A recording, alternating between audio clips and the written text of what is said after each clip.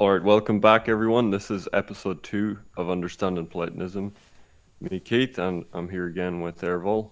And today we're talking about the allegory of the cave, which even someone with a very cursory knowledge of Platonism or even philosophy in general is probably familiar with this because it's probably the most well known passage in the history of Western philosophy.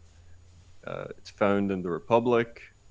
It echoes throughout Western literature and philosophy, even in modern times. In cinema, you can see it in things like The Truman Show and The Matrix. It's an allegory that really captured people's minds, and it's really central to understanding Platonism. A lot of the themes we'll be discussing on this show are found in this. And yeah, I'm looking forward to discussing it. So, Eric, to start, I mean, I guess one question is, this has deep sort of metaphysical significance, right? It introduces the idea of the good and this idea of like spiritual progress that's found within Platonism. But what's it doing in the Republic of all places? This is a story about the ideal political form, um, talking about forms of government, and then we have this allegory that seems to have much deeper significance. Why is it in the Republic, and why is it placed where it is? Right. Well, there is quite a lot in this allegory. Like, it operates at more levels than people typically think. And in the Republic, the purpose of the scheme of the Guardians, all of the kind of convoluted training they have to go through, is to rear a class of citizens who is able to kind of ascend in their thought to the archetype of the ideal state. That's the only reliable way of making sure that we can actually reach this ideal polity. Someone has to have true knowledge of the collective good. In the Statesman, the Eleatic stranger identifies like the perfect form of government as basically that monarchy of the philosopher king who knows what the good is, first of all, and how to reach the good collectively as a community. They also say there, though, that that's very rare, and you might get that with like a great lawgiver, but then within a generation, you'll have to kind of degrade into some lesser form of government. But in any case, in the Republic, we are shooting for that ideal state. So the highest form of knowledge is going to be, Socrates says, knowledge of the good. Now, Socrates doesn't claim to know, famously a lot of things, and he doesn't claim to know what the nature of the good itself is. It would be sort of pretentious to suppose yourself to have the highest of all forms of knowledge. So instead, he says he can only give a description of the child of the good, which he says is the sun in the visible world, kind of made in the image of the good in the intelligible world. We need to know the nature of the good, of course, in order to be able to aim the community at that good. So he sets up this dichotomy between the intelligible world and the sensible world. He illustrates it with the divided line, which is broken up into 4 parts. So we have the 2 upper parts in the intelligible world that corresponds to our knowledge of the forms, noesis, and our knowledge of kind of rational processes, logic, mathematics, and that's dianoia. In the sensible realm, we have pistis, opinion, which deals with objects that we believe to exist, things we think have existence, and then eikasia at the bottom. He says in the intelligible world, the good emanates the truth and being of all those intelligible things, and also by extension all the sensible things. But in the sensible world, the sun emanates light to give us knowledge of sensible things. So this is at the end of Book 6 of the Republic, where he outlines the divided line and describes this analogy between the sun in the visible world and the good in the intelligible world. And then at the beginning of Book 7, he devises this allegory to tie it all together, he also kind of draws together a few other themes found in book 6. So maybe we should probably, tell the allegory itself. I mean, many people are familiar with it, but we're going to be discussing details here. So do you want to rehearse the allegory, or should I, or do you want to read from Plato himself? Yeah, sure. I don't actually have any passages pulled up directly, but a brief overview. So the allegory is that there are prisoners in a cave, although they're not shackled, right? So there's a question there, like why are they there? Is this if you want to bring in like sort of rebirth or reincarnation, like are they there voluntarily, or what placed them there? But yeah, they are sitting in front of a blank screen or a cave wall and watching flickering images that they take for reality. And it turns out what's projecting this reality is light from outside the cave that is creating shadows of some kinds of objects. You could imagine them like puppets or something that project shadows. And of course, the prisoners, because it's all they've ever known as these flickering images, these shadows, they take that for reality. And then the story of the allegory of the cave is, the prisoner that stands up and begins to trace the source of the shadows. He notices that there are objects causing this, that the shadows are really of a secondary reality.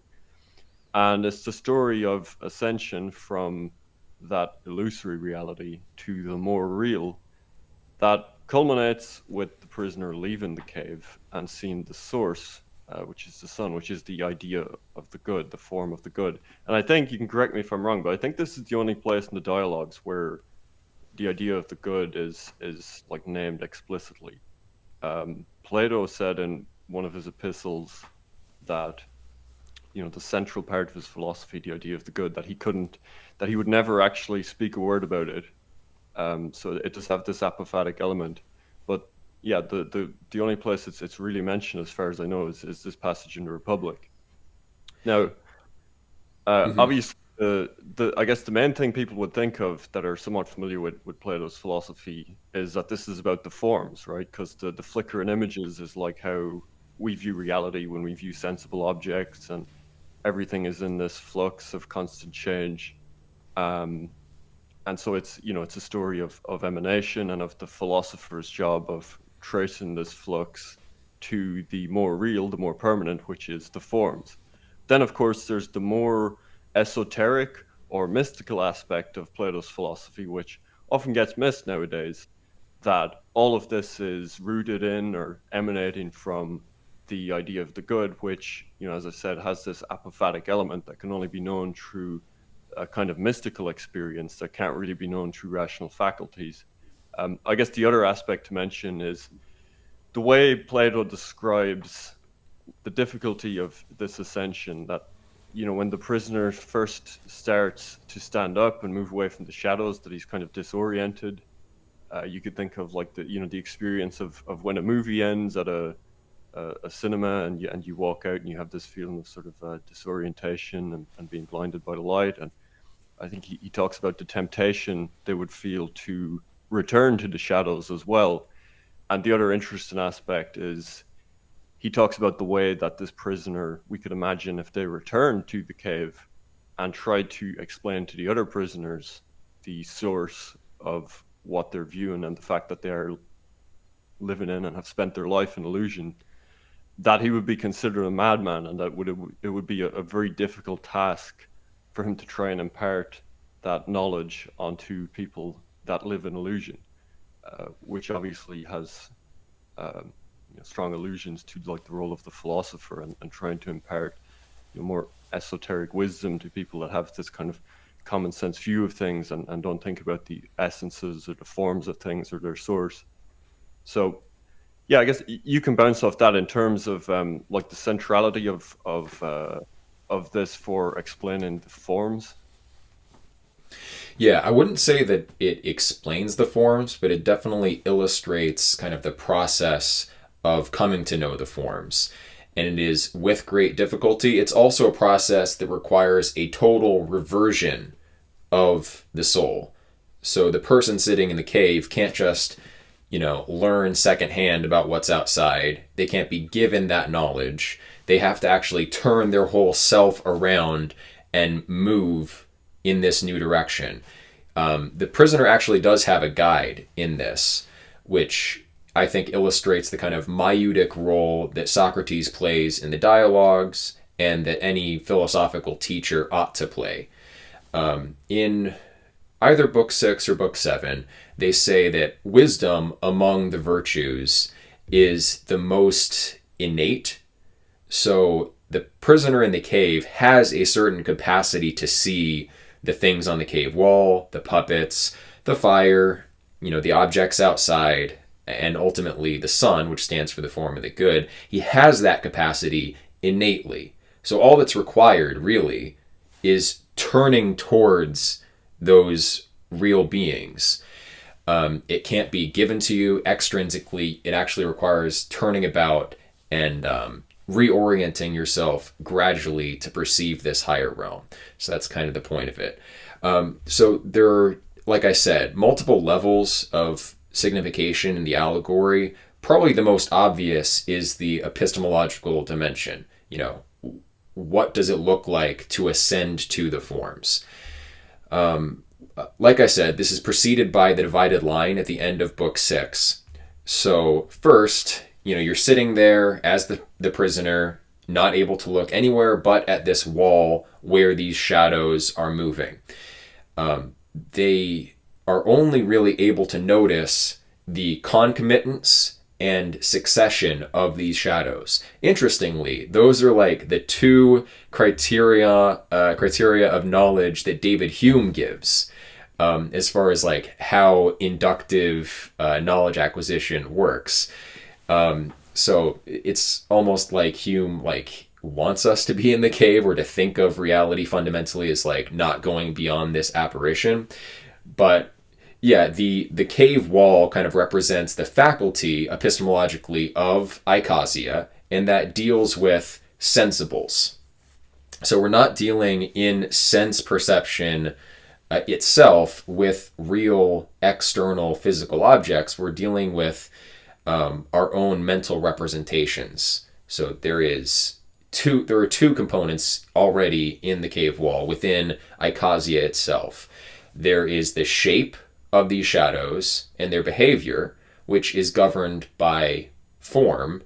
There is a form in sensation, and then the shadow itself, the absence of light, which represents the material principle.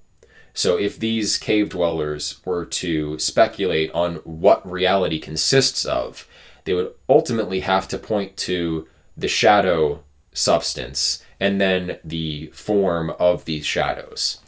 In Ennead 2, Tractate 4, Plotinus on the nature of matter says that we perceive matter, quoting Plato actually from the Timaeus, with a kind of spurious reasoning. That's because matter in the Platonic worldview is the absence of all formal properties. And he compares it, Plotinus does, to perceiving a shadow. So if you take all of the light and color away from things, you're left with the impression of darkness. Now, are you really perceiving the darkness? The darkness isn't emanating at you and informing your senses. Nevertheless, though, not through sight, but through the absence of sight, we perceive this notion of the darkness. And likewise, if we abstract away all the formal properties of sensation, what we're left with is whatever the receptacle of these qualities is. So it itself, matter, is without quality, like shadow, the absence of form. And then we have the formal properties of the sensible objects themselves. That's the form of the shadows and their behavior. And that is derived from these puppets. Now, the puppets signify, and Plato says this himself, signify ordinary objects in the real world. And the faculty, the epistemological faculty that perceives those puppets or objects in the real world is pistis, which means faith, basically.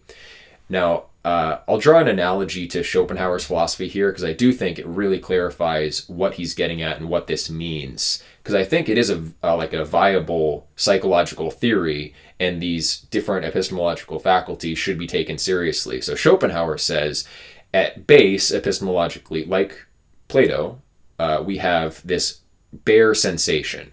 So we have impression of color, just what kind of physically almost the external environment does to our senses that leaves a basic sense impression.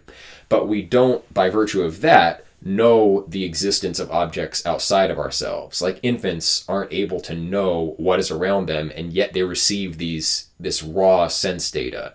It requires pistis, or faith, for Plato, or the faculty of the understanding for Schopenhauer, to attribute our raw sense data to some external cause. So we have to kind of guess at the existence of whatever is causing our sense perception. Now that's a pretty remarkable psychological insight. That is true. We do have to kind of model our environment. It doesn't just come in, with the light from the external world. We have to guess at and have faith about the objects that are ultimately causing that basic sense experience. So that's the second epistemological faculty, and the higher of the two within the realm of sensibles. So this guide leads the prisoner up. He asks him to name the various puppets themselves. Of course, he's not used to dealing with the objects themselves, and so he can't identify any of these things that formerly had been causing the shadows that he took to be the entirety of reality.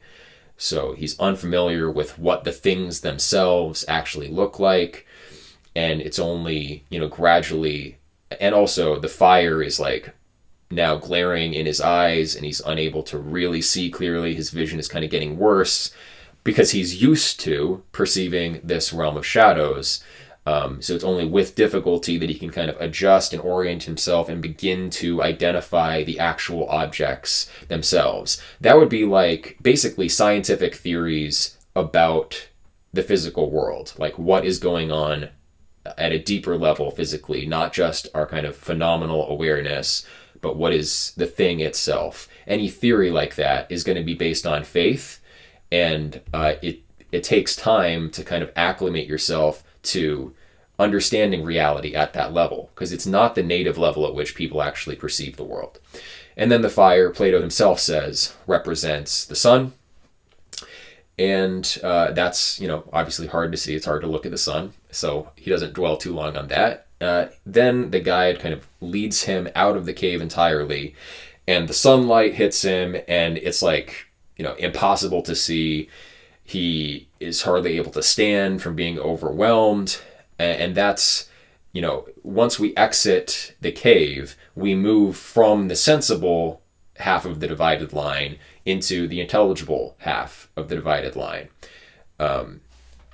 So it's worth noting that the intelligible half is larger than the sensible half, and the same ratio between the intelligible and the sensible holds between both pistis and eikasia at the lower side, so that's opinion and sensation qua sensation, and the same ratio holds between the two higher elements of the intelligible world as well, between noesis, like intellect per se, and dianoia, mathematical reasoning. So once we exit the cave, this guy is totally overwhelmed, he can hardly stand. That's like when we move beyond physical speculation and begin speculating about the nature of mathematical objects first. And then ascending beyond those mathematical objects, we have to look for principles of mathematical objects. And then ultimately beyond that, we're going to look at the forms. But he specifies, so once you exit the cave, the prisoner is first able to notice the shadows in the world outside, and then reflections. So this idea of the shadow comes up twice, and in the cave, that shadow is kind of the matter, the receptacle of qualities within sensation. In the outside world, the shadows represent the lower form of mathematical reasoning. So two forms in the Republic, actually, relatively close to where the allegory happens. He distinguishes the kind of mathematical speculation which takes what is below and uses that as an image, and he calls that reasoning from hypotheses. So we don't really speculate about the total integral nature of mathematical relation at a higher level. There's nothing connecting at all. You just take isolated hypotheses and deal with them. So I think the shadow there is denoting like the kind of substrate of higher mathematicals that have true existence themselves. What doesn't have true existence in the mathematical realm is like the perfect triangle as it appears in the material world. Like that doesn't actually instantiate. So there are these two levels of mathematical reasoning. One that kind of takes axiomatic hypotheses and moves like symbols of mathematical realities around without actually grasping the true nature of the math. Like you can work with math at that level, but not really understand it at a deeper level. Now, that's one possibility for what's meant by the shadows. Another possibility is that it's more like the matter of what we have identified in our first episode as the third hypostasis, the level of soul itself. Iamblichus identifies soul with mathematicals. So people might wonder, like, where are mathematical truths stored? They're not in the realm of forms for Plato or Neoplatonists. They're actually in the realm of soul. So the nature of mathematicals is like essential to what the soul is. In any case, each level has its own kind of substrate. So the physical world has a substrate in matter. So all the qualities go into this formless, qualityless substrate in the physical world, and then in soul. Likewise, there's a kind of substrate that doesn't have formal properties itself. So maybe the shadows, we're kind of looking at the substrate of the soul / the mathematicals without kind of being able to perceive all the formal properties of them. And then once we acclimatize ourselves to that kind of perception of mathematicals, we go beyond to the reflections in the physical, in the outdoors of this allegory. So they're reflections of the physical objects. The physical objects symbolize the forms themselves. So the second hypostasis from the first episode, if people remember. It's a reflection because the nature of soul, the nature of the mathematicals is itself a reflection of that higher level of the forms, where the forms are integrated at a deeper level. They are more unified. Mathematicals are more dispersed. Like soul occupies time. Mathematicals can only be expressed as relations of relata. The forms go beyond relations. They go beyond these sort of accidental properties. They are like a tighter form of essence, but they do reflect into the mathematicals. So this prisoner is able to begin to apprehend the reflection of the forms in their more kind of distributed way in mathematicals, also in the nature of soul itself. Plato also, shortly after this allegory, recommends the study of mathematics as a way of kind of getting the student ready to begin thinking about the essences of things themselves, the forms themselves. So once the prisoner is able to understand the reflections and identify things in the reflections, then he moves to seeing the things themselves. And that is really the forms. So the essences of, justice, the essence of beauty, the essence of, all the properties that we see around us, the form of man, the form of animal. These things are the really real beings in Platonic terminology. That's like the technical term for the forms, the really real beings, because they never change, So then, gradually, once you begin being able to see the things around you, you start to look up, and it's going to be really difficult to actually see or look at the sun because your eyes are so used to the darkness. But when it's nighttime, you might be able to look up and begin to, apprehend the stars.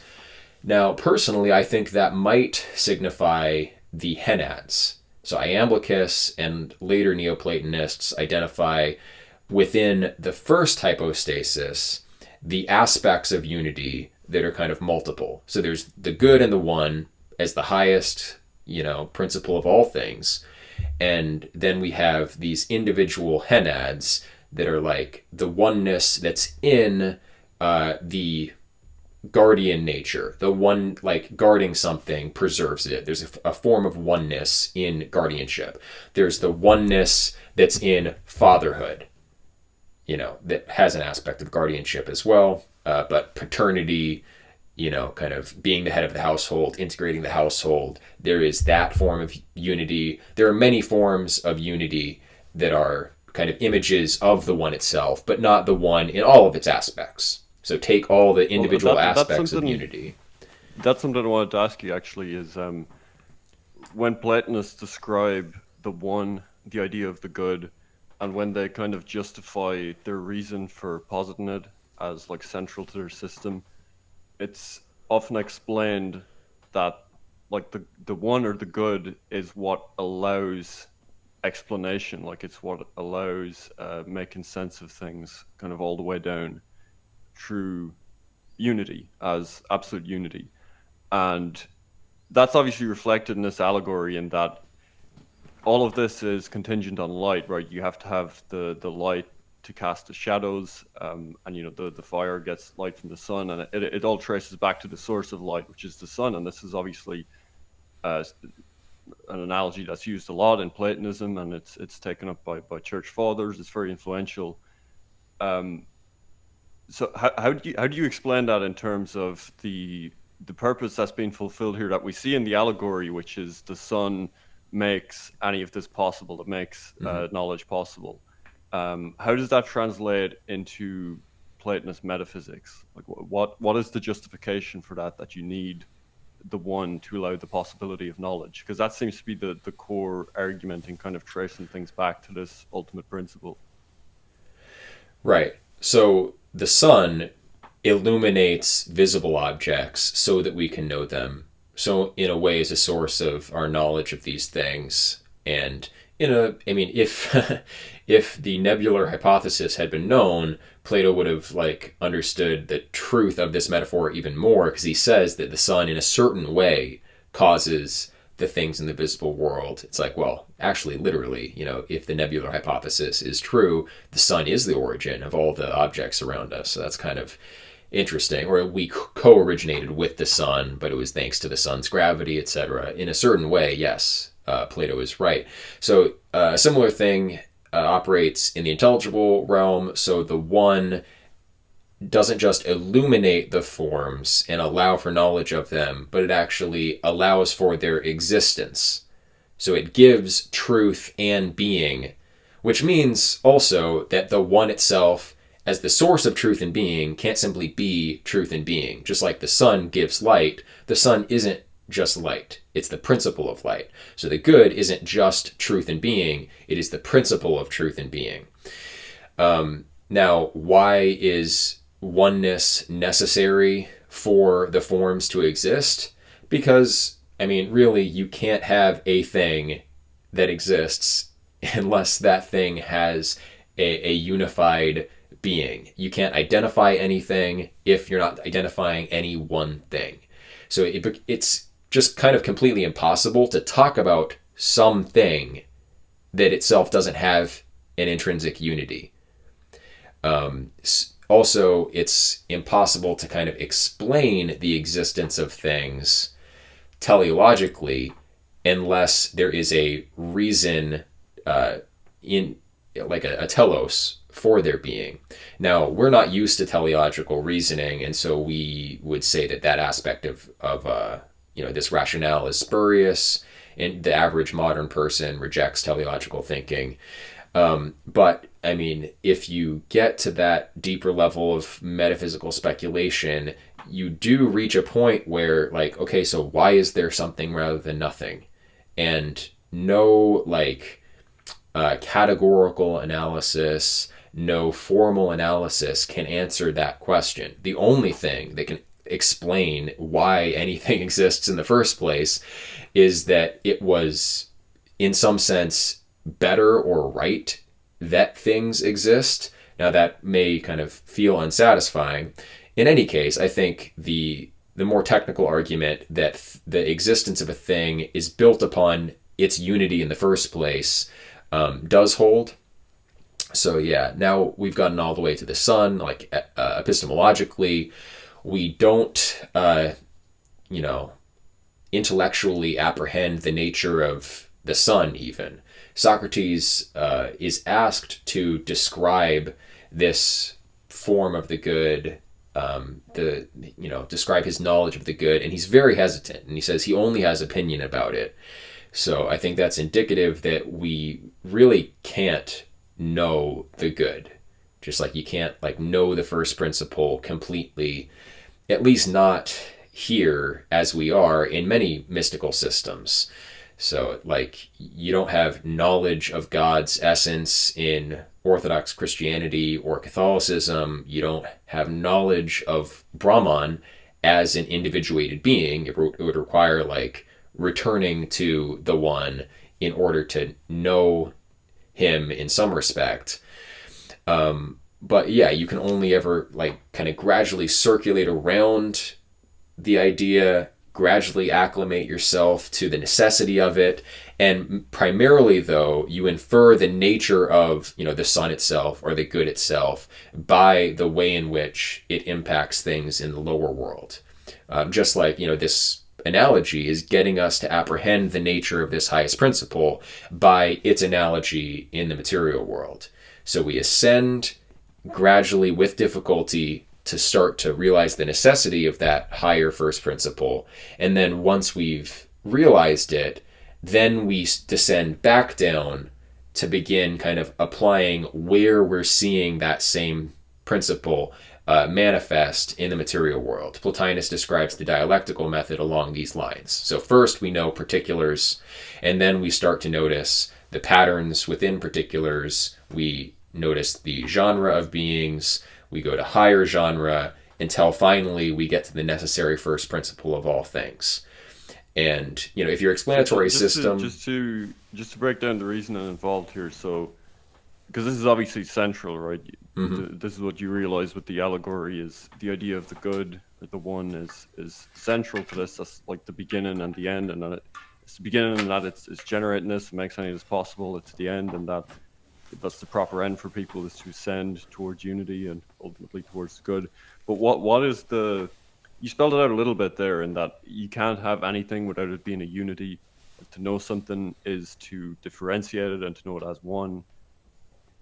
And we observe higher principles of unity, but why? It doesn't seem obvious to people, obviously, because not everyone's a Platonist, but why does that have to terminate in some absolute unity beyond being?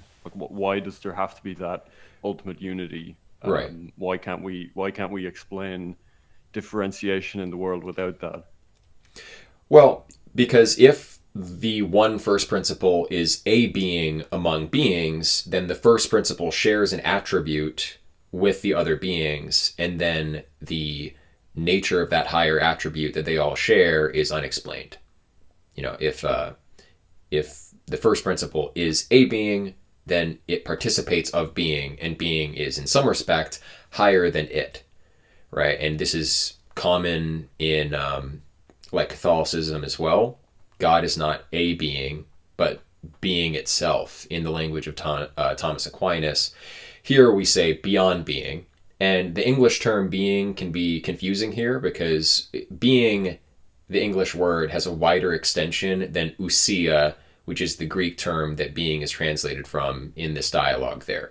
So it's beyond ousia, beyond essence. And essence means something closer to that which is captured in a definition. So the one has to be beyond any definition, precisely because it cannot have attributes that it participates of. To define something is to, explicate the genus that it belongs to and the differentia that distinguish it from the other members of that same genus. So you can't have attributes, and you certainly can't have a genus that the first principle of all things falls under, and have a coherent system of explanation. So you're going to need that first principle to be beyond being, beyond essence, and ineffable in some respect, because any like explication, any predication of it is going to once again kind of, in a sense, subordinate it to a higher categorical schema. If you say that the first principle is X, then you still have to explain in the syntax in which predication of X is intelligible. So something is left unexplained if you try to do that. Hence the mystical leap, saying that the first principle is beyond predication is in some sense fundamentally simple. But even then, that predication of simplicity can't be taken cataphatically, that is directly. It has to be taken analogically. So we call it one because we notice the goodness and oneness in things around us as their substrate and highest principle. So substrate is probably not the best word, but what I mean is like it's the necessary condition for the existence of anything, is that it is one thing. So by analogy then, we say, well, take that which is good and one in all things and like amplify that to the extreme beyond our comprehension, and that thing take all goodness and oneness together in its purity, and something like that is the first principle. That's the leap. Now the other move here, if you want to argue against this kind of mystical notion of the first principle of all being, is to say that, well, there isn't one principle. There are multiple first principles. And the same basic logical problem happens where like, okay, all these various things are first principles, then they're all things that exist, and the reason for their existence and why it has to be left completely unexplained. If you want to explain the multiple first principles, it's going to be in terms of categorical schemas that transcend those principles themselves. So once again, you're going to like terminate back in a oneness of sorts, just by logical necessity. You can leave it as an indefinite plurality, but even then, like, you can't predicate that directly. If you want to say the principle of reality is like infinity, well, the problem is you're saying it is infinity. You're defining it to be infinity, which means you're giving that infinity a oneness. You're saying the principle of all things is this one concept, infinity, which, I mean, if you were going to be truer to the notion, the vague notion of infinity, the absence of all limitation, then you couldn't even name that, right?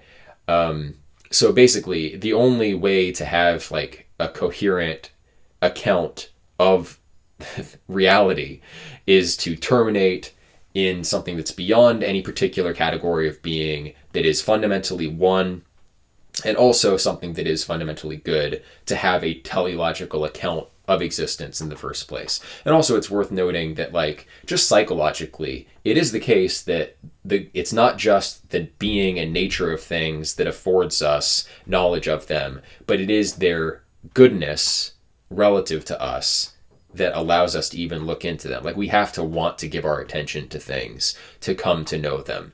That applies for things in the sensible world. It applies to mathematics and the ideas themselves as well. Like, there has to be some motive. There has to be something we're getting. You know, like Aristotle talks about the appreciation and enjoyment that all creatures have in sense perception. Like, the behavior of animals wouldn't make sense seeking out a model of the world, seeking out information, unless there was some enjoyment baked into intelligibility. So it's not just the oneness that's a precondition of our apprehending things, but also that goodness. So that's identifying oneness with goodness is a very important step in Platonic metaphysics. And it also, I think, matches with intuition, where, like, when you heal, you are becoming more unified. That's also a good. When you're preserved in a singular condition, you're not like separated into pieces. That's a good. When you have a friendship, when you become closer with someone, we say that's a good thing. Proclus says all unity qua unity is a goodness. I think that's true.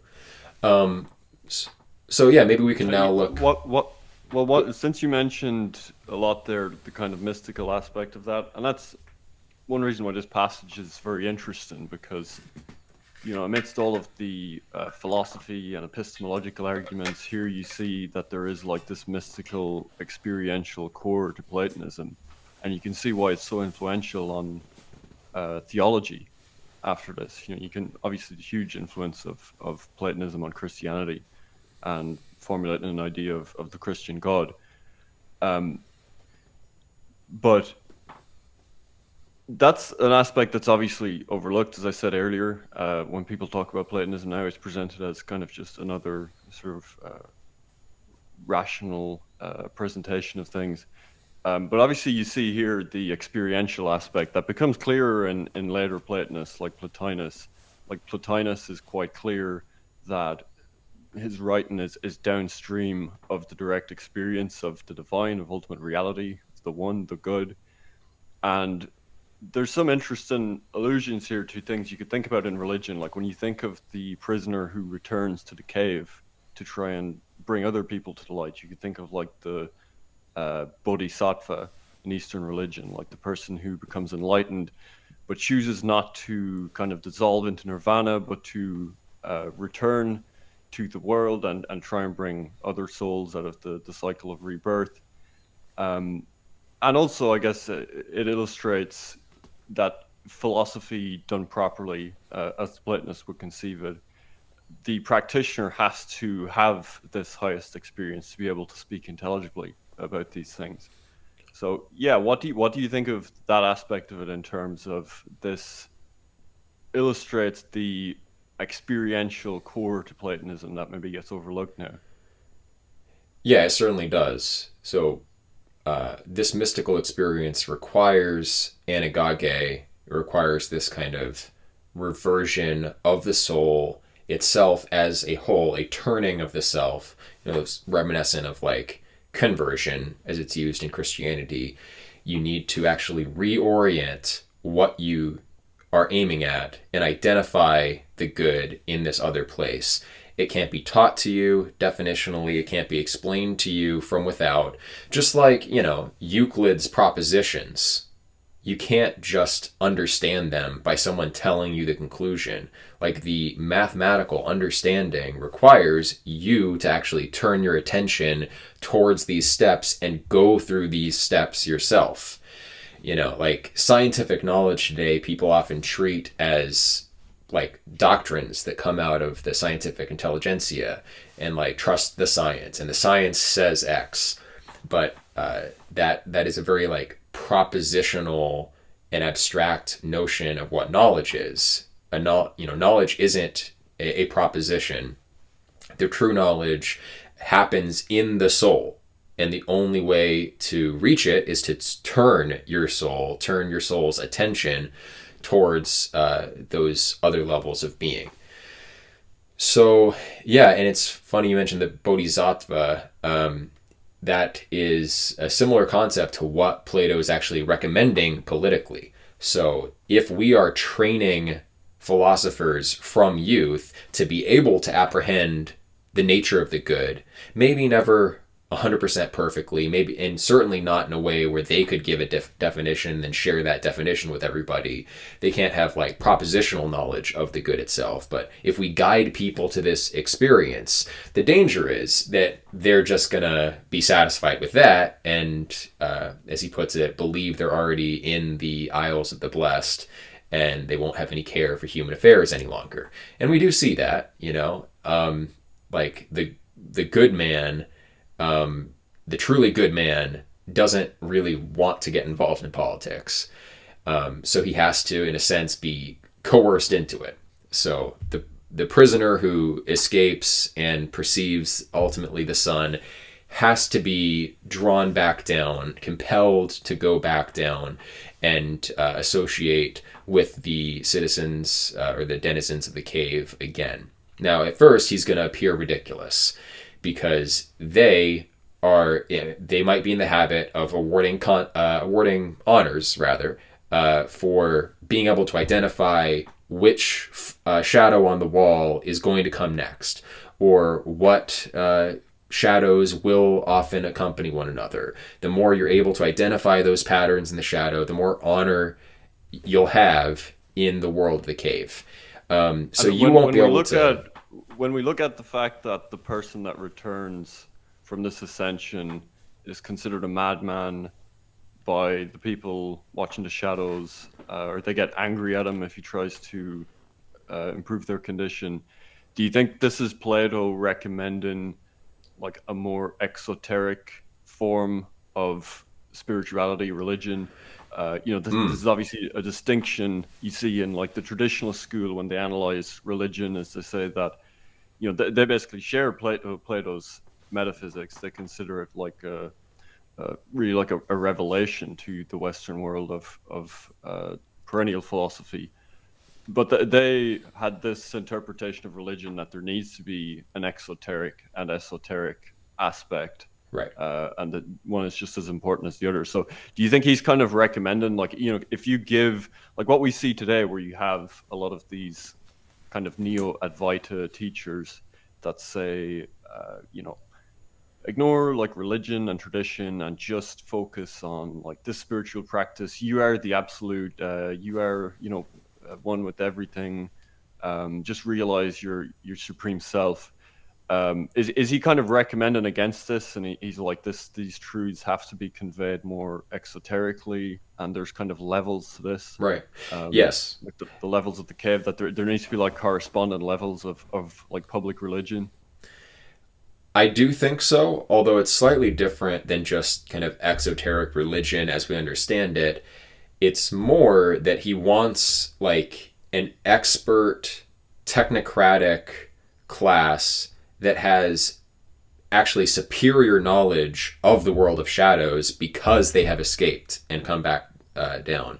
He says that, so it'll, at first, this person who has returned to the cave will seem like a madman. They'll say up he went and down he came without his eyes, and they won't respect him at all. But if he learns the habit of reacquiring that sight of shadows, then he'll actually be able to perceive the shadows 10,000 times better. That's what Plato says.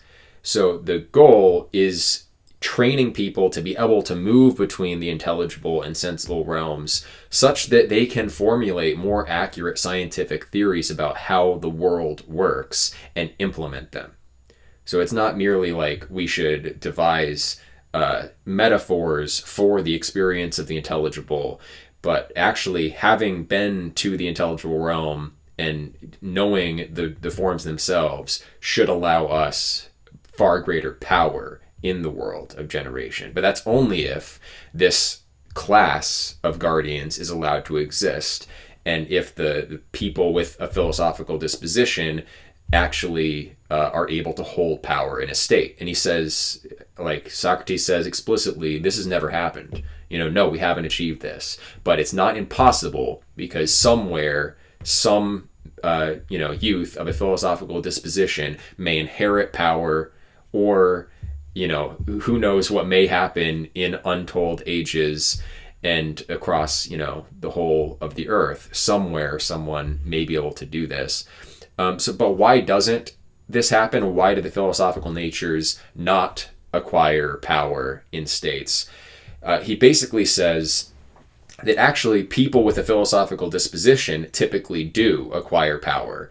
They are led away from philosophy because they have all of these gifts. The good philosopher is going to need quickness of apprehension, a good memory, courage, and temperance, basically. All of these properties, some of which are kind of mutually, they don't work well together. Like the courageous type, the rajasic type in the system of the gunas, tends not to enjoy intellectual work. The person who's extremely intellectual tends not to have that like physical, bodily courage, which is why you need the guardians to be trained in music and gymnastics and acquire this perfect proportioning of all of these virtues. And it's usually these same properties lead to a person's ruin, because everyone around them sees them excelling their peers, and they want the benefits for themselves of this talented youth. So like people in business will try to get them into their business, people in politics will try to get them on their team politically. And so the true philosophers are seduced into other walks of life, And then the people who end up calling themselves philosophers go for that title because now this seat is vacant and there is some nobility, some honor inherent in philosophy, and everyone kind of recognizes that at some level. And so all these people who aren't suited for it jump in and try to fill the shoes. This is also connected to the parable of the ship captain that's given at the beginning of book 6. So, and this is explaining this same thing, like why are not states led by philosophers if philosophers are the one with this knowledge fundamentally that the state needs? Why does this not happen? Because like imagine a fleet of ships or even a single ship with a captain whose eyesight and ear and hearing is not the best and whose knowledge of navigation is not the best. I think he says this because the people we actually identify as philosophers and who like identify themselves as philosophers tend not to be the absolute best because the best are stolen away into other occupations. So we have these kind of second-rate philosophers around typically. That's the natural disposition of things. And also the crew doesn't believe that you need a scientific knowledge of the art of navigation to actually steer the ship. They say navigation can't be taught. They don't know anything about astronomy and the seasons and, measuring where you are on the ocean. And so then they overthrow the captain and, praise anyone who supports this mutiny, call them a navigator and an expert. Anyone who has faith in the scientific knowledge of the navigator is cast overboard himself. So that's kind of the political condition by default. And in a condition like that, where philosophy is not respected, sometimes like a divine providence preserves somebody's nature philosophically. But then that person has no obligation to the state. So the philosophically realized individual in a state like that is something like a man who's dropped into like a tribe of chimpanzees. You're not going to turn them around in all likelihood. And also like you don't really owe anything to them. So probably the best thing for you in that context is to go and try to achieve what goodness you can yourself, remain exempt from corruption yourself, and do what good you can. And I think that's kind of like what Plato went for. In a sense, that's what Socrates went for. That's what most philosophical types go for. They go their own way and try to do what good they can because they see this futility. The philosophical disposition is rare. There aren't many people with it, and it's inborn. It's not something that you can completely just teach from nothing.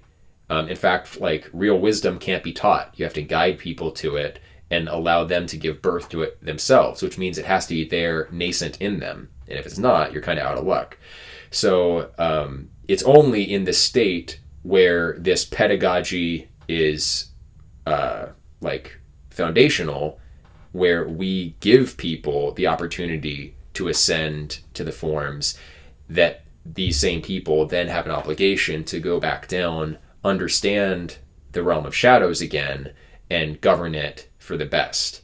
And it's something that just hasn't happened. So he takes a lot of time giving these metaphors, allegories, parables, and circulating around these concepts because, it's something that we don't believe in. Even Aristotle criticizes Plato's account in various ways, saying how it's unrealistic, that it could not be achieved for the guardians all to view each other as family. They would notice whose kid is whose. They would start to, identify things. So he says, it's best in general just to let people have private property instead of having this kind of communal guardian class.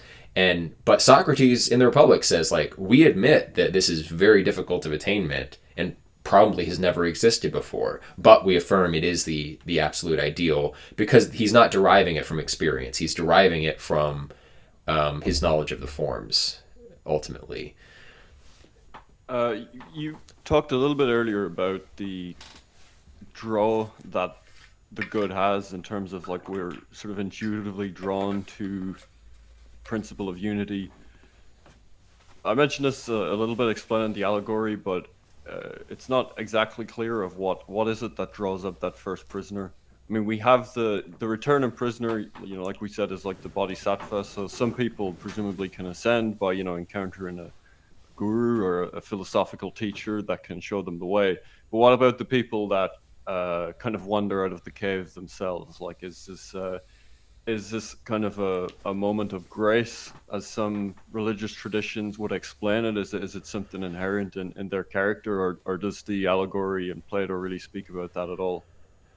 Right. Well, he says when people don't have a guide in this life, uh, the only real thing that can preserve people and lead to true philosophy is a kind of divine providence. Like Socrates has his characteristic daimon that tells him what not to do. In the allegory of the cave itself, though, actually the prisoners are shackled, and a guide releases the prisoner and like starts to show them the puppets and stuff. So, yeah, according to the plot of the allegory, this person is released and is like allowed to be led up. Proclus also like emphasizes that the proper way of returning to the good is through intermediaries. So like you notice this like intense reverence of the line of teachers that you're coming from, because they are ultimately what connects you with that upper world, and you need that midwife typically. That's interesting. So really, if you were to take this allegory at face value, they really don't think that an individual can kind of spontaneously realize this, or send this themselves without some kind of external spiritual guide. I mean, the possibility is there, but he says it would be divine intervention, and human reason can't explain how divine intervention works. So there's no account that we can give of like the circumstances under which God intervenes and saves somebody. We can't explain, how human philosophical pedagogy works, how the Maieutic method works, what the stages on the kind of path of reversion back to the good look like. So we can account for all that. We can't account for acts of God. All right. Well, this has been very interesting. That's all for today. But yeah, I definitely got a much deeper understanding of the allegory of the cave. So yeah, thanks for joining me again, Eric. Thanks for everyone who listened in, and we'll be back again next time with episode 3. Take care, Thank you, everyone. Keith.